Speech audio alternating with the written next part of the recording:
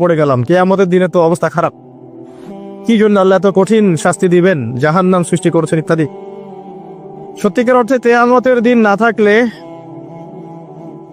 কোন জালেমের বিচার হতো না, যাদের বিচার দুনিয়া হয়নি। কথা কি বুঝতে পারছেন? যে জালেমদের বিচার দুনিয়াতে হয় নাই তারা পার পেয়ে যেত, কিয়ামতের মাঠ আছে বলেই তারা পার পাবে না।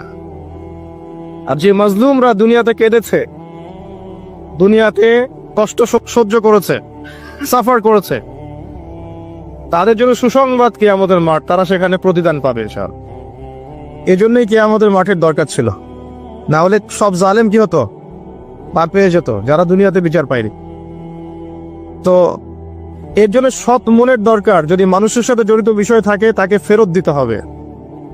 যদি আপনি জনগণের সম্পদ আত্মসাৎ করে থাকেন, সবার সামনে দাঁড়িয়ে বলতে হবে যে তোমাদের এই সম্পদ ছিল, আমি আত্মসাৎ করেছি, আমার সম্পদ থেকে এগুলো নিয়ে নাও।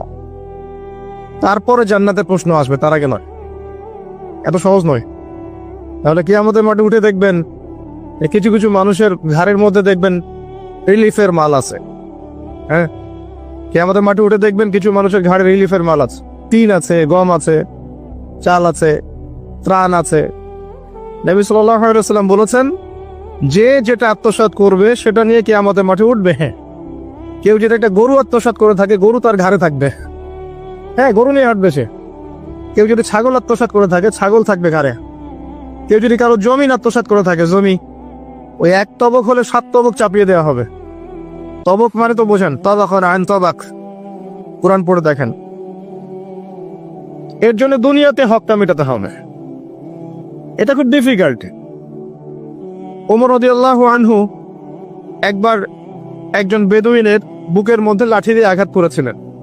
আঘাত করাটা তার জন্য জায়েজই ছিল ওই সময়, কারণ সে বিরক্ত করছিল বারবার।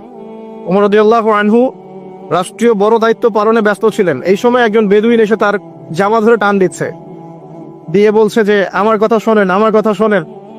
তিনি ব্যক্তিত্ব সম্পন্ন মানুষ ছিলেন, লাঠি দিয়ে একটু গোতা দিয়েছেন, দেখছো না আমি ব্যস্ত আছি। একটু পরেই তার চিন্তা হলো, আমি কি জুলুম করে ফেললাম? একজন সাহাবীকে পাঠালেন তাকে ডেকে নিয়ে আসেন। সেই সাহাবী তাকে ডেকে নিয়ে আসলেন। এবার সেই ব্যক্তিকে দাঁড় করিয়ে ওমর রাদিয়াল্লাহু আনহু বলছেন, আমিরুল মুমিনিন, অর্ধ জাহানের খলিফা, অর্ধেক বিশ্বের খলিফা, ছোট্ট একটা কান্ট্রির না, পুরো অর্ধেক বিশ্বের খলিফা। তিনি বলছেন, হে লাঠি নাও। হাদা সদরি ইন আরাত, এই যে আমার বুক, তুমি যদি চাও আমার বুকে ওইভাবে